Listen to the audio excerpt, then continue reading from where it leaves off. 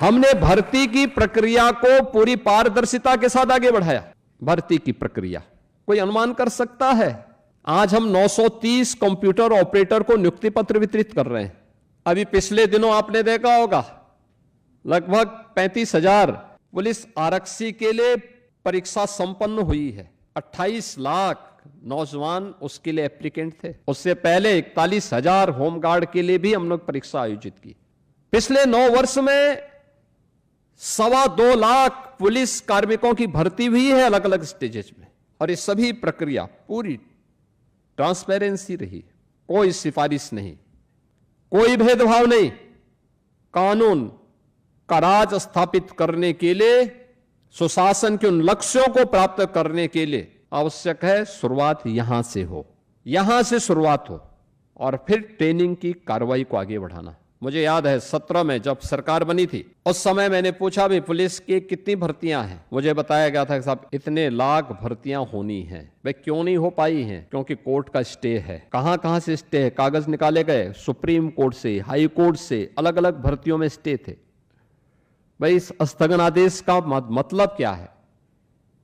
माननीय न्यायालय की अपेक्षा क्या है और उन अपेक्षाओं पर क्यों नहीं हमारा भर्ती बोर्ड खरा उतरता है? हमने उसमें कार्रवाई शुरू की। माननीय न्यायालय ने आदेश दिया कि आप भर्ती कर सकते हैं।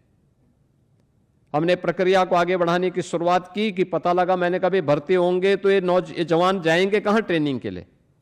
कहा साहब ट्रेनिंग सेंटर नहीं। यानी उस समय बताया जा रहा 3,000 भर्ती एक बार में होगी। आप अनुमान करिए कि 3,000 नौजवानों की एक भर्ती की प्रक्रिया होती, फिर 9 महीने की उनकी ट्रेनिंग होती, तो मुझे लगता है कि कई दशक बीत जाते भर्ती होने में।